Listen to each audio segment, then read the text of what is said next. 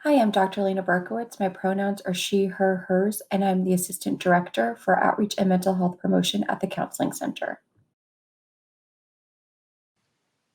Hello, my name is Dr. Whitney Hobson. I am a staff psychologist and the multicultural coordinator at UMBC's Counseling Center, and my pronouns are she, her, hers.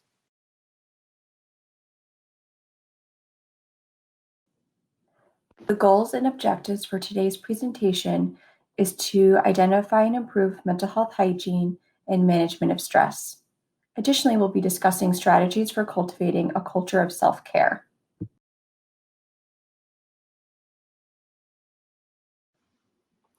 When evaluating our mental health hygiene, which is similar to how we might manage our physical hygiene, including such activities like brushing your teeth, cleaning your clothes, taking a shower, etc., we want to consider a few domains. First, our thoughts, feelings, behaviors. And this might include how we talk to ourselves, how we're sleeping, our concentration, etc. It is important to recognize that no two people are the same, and we all have individual differences that can be impacted by a range of factors. It is also important to recognize the influence of how identity and values can impact engagement with mental health hygiene, and that these factors directly interact with the environment that you are in, including where you attend school, current sociopolitical climate, COVID-19, etc. When considering mental health hygiene, it is important that you take care of it, just as you would take care of your physical health hygiene, including taking regular showers, washing your clothes, wearing a seatbelt while in the car, etc.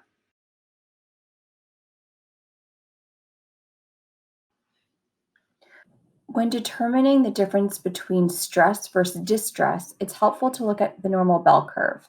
Here on the x-axis, we have stress level, and then here on the y-axis, we have performance. And so you can see that ideally you want to be in the middle, such that you have some level of stress or anxiety in order to optimize your academic performance. However, if you have too much stress or too much anxiety, you're going to be towards the +3 standard deviations above the mean, which indicates a drop in actual performance. And then if you are have too little stress or anxiety, you will have a drop in performance, kind of like maybe it's not something that feels important to you. There's a lack of motivation there.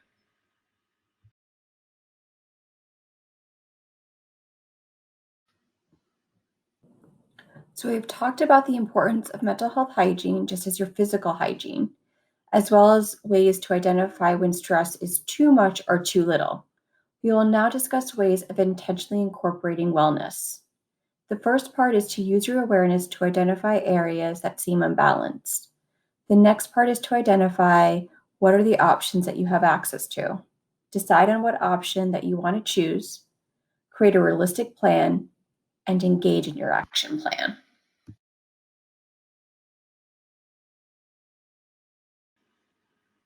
Now let's see a wellness plan in action. You use your awareness to identify that you are feeling less socially connected. What are the options that you have access to? Given the current physical distancing recommendations provided by the CDC, these might look different. Some examples can include engaging in free and confidential counseling group services, journaling, joining virtual meetup groups, joining a virtual school club. Then you want to choose the options listed that make the most sense. Create a realistic plan, including scheduling a specific date, time that you will be catching up with friends. Decide on a specific date and time of when you will review a list of virtual clubs that might be of interest to you to join, and reach out. Evaluate how this plan went and revise as needed.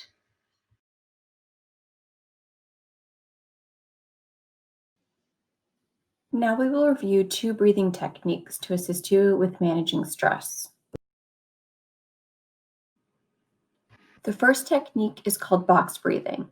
What's really neat about this is that it's engaging your breathing, but also your imagery. So the first step is to imagine a box, or you can even have this with you. You breathe in for 4 seconds, hold. You breathe out for 4 seconds, and hold. And you're able to repeat this as necessary. The next technique is called 5-finger breathing. And what's also neat about this technique is that it's engaging your senses, your physical senses. So you take your hand as shown here, you breathe in, and then you breathe out while you gently touch your finger. Breathe out, in, out, and so on. And once you get to your pinky, you gently touch your palm across to your thumb and start the technique over again. And you're able to engage in this as long as you would like to. What's really great about this as well is that people don't even know that you're doing this. So you can engage in this technique whether you're on a metro, going to class, whatever it might be.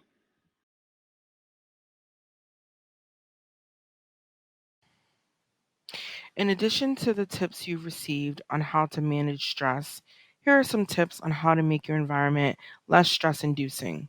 While working and studying from home, consider creating a consistent schedule for yourself that takes into account your sleeping, eating, and exercise behaviors and habits. You also want to make sure that this schedule includes time to study and time for socializing.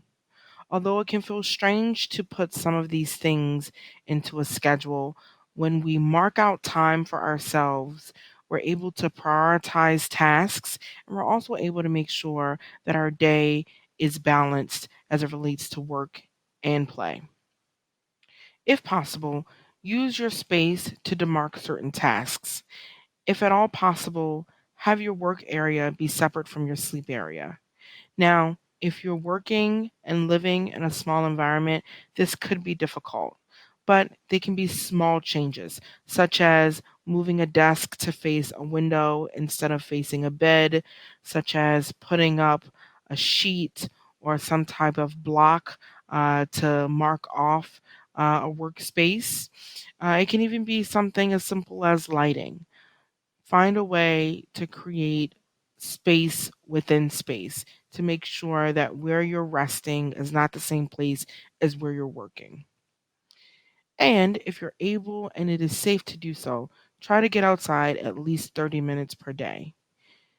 Getting in exercise, getting in sunlight, all of this helps to improve our mood, but also to improve our focus. Studies have shown that if we get up and step away from a task and do something new for even just 10 minutes and come back to the original task, we can come back with a clearer head and with more vibrant ideas.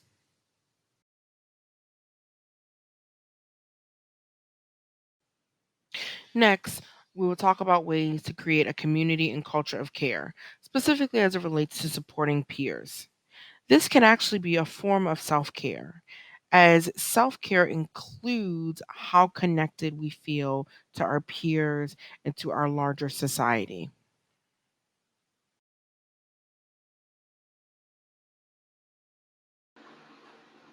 Another way that we can really emphasize stress management and self care is by connecting it to the community and creating a culture in which self care and self love and self compassion is the norm and not something that is unique or something that's only relegated to an individual experience.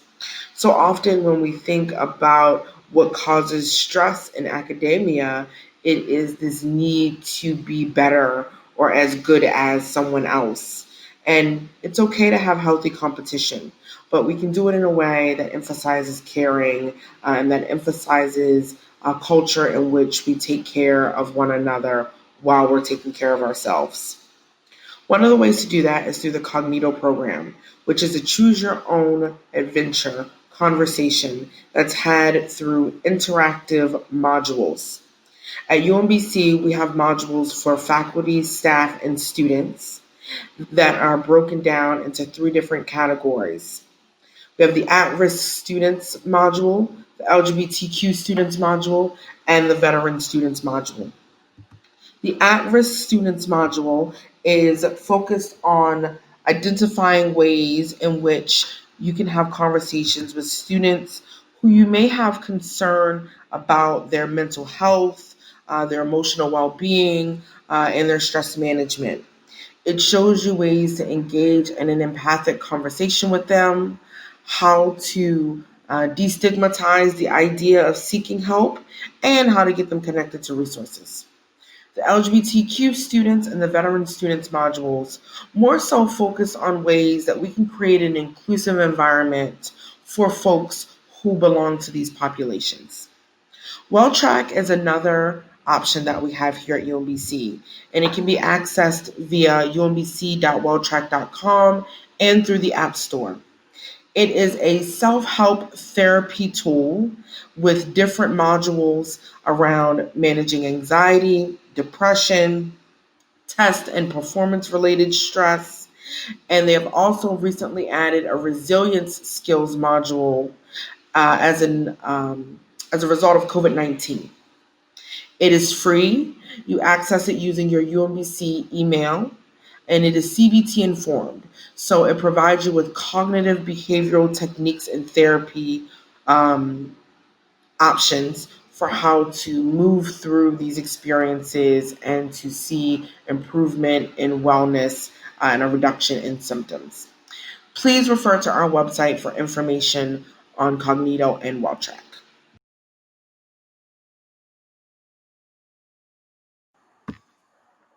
Another way for us to create a culture of care is through engaging in active listening skills. Active listening skills are skills that we can employ when having conversations with people that ensures that we are engaging with them empathically and listening to truly understand and reflect what is being said. When we engage in communication in this way, we can really create a space of care, concern, but also collaborative support for the folks we're talking to.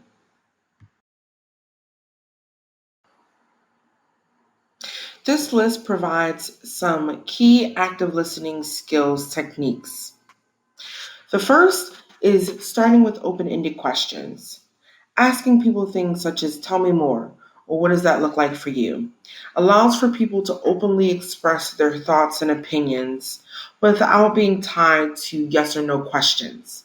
Yes or no questions can also, at times, put more emphasis on our thoughts or our opinions or what we think the answer should boil down to than the other person's truly lived experience. A second form of active listening is reflective listening.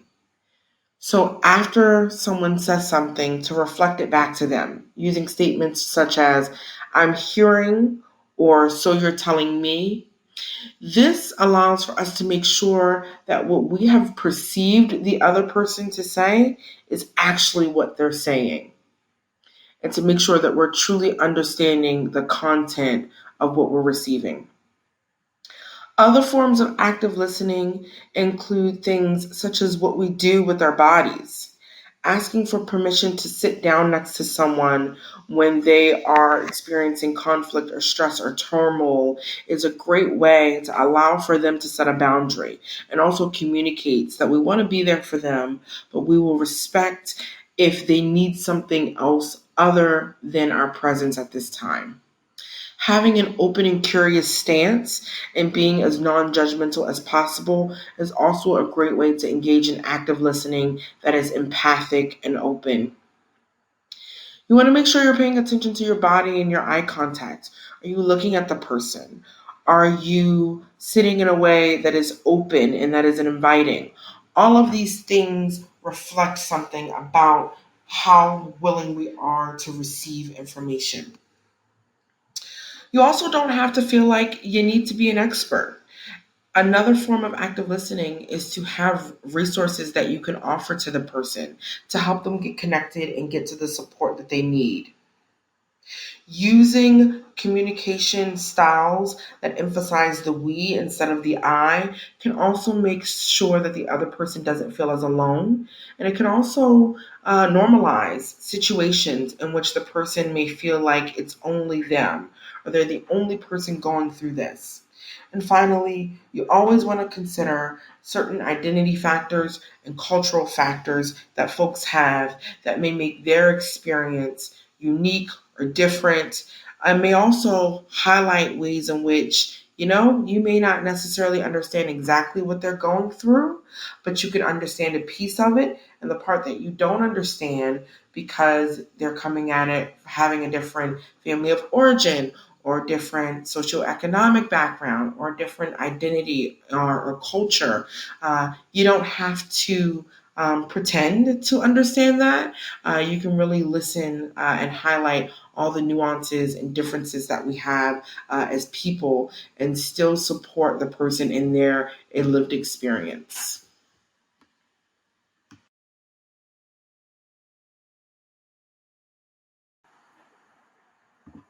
The way to put all of these things into action is first through simple practice. Would you run a marathon without ever having run a mile? No, right? You would pace yourself and you would learn what your body needs, what your breathing needs, and what your pace is so that you can eventually get to the point where you're running longer, harder, but also in ways that still are comfortable for you and that still meet the needs of your body.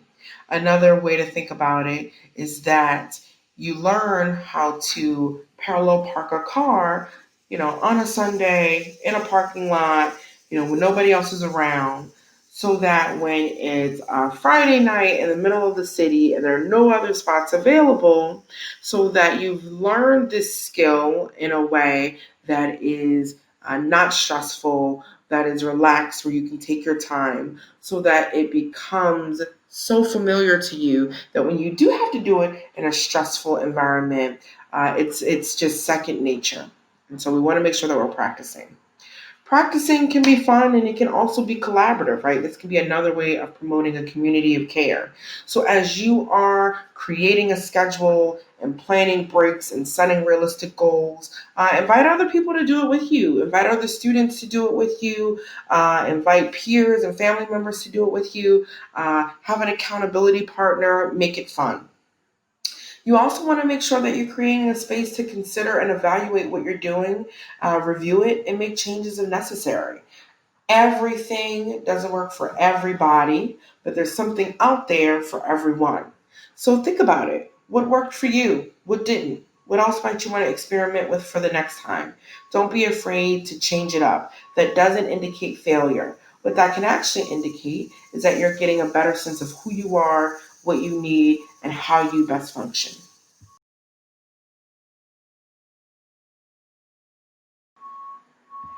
And last but certainly not least, please remember, above all else, that self care is not selfish. Self care allows for us to exist in a space where we show ourselves the same amount of love and dedication that we show others. When we do it in a way that emphasizes wellness and the need to be emotionally present, we can enhance all the other areas of our lives.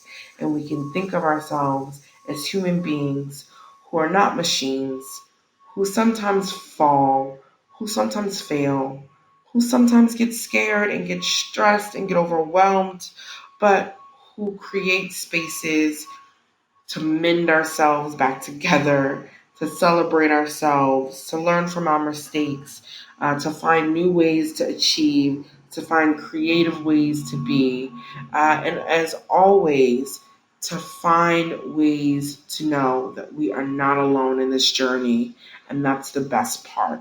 We're not alone. So self care can always, always, always equal community care when we do it together. Thank you.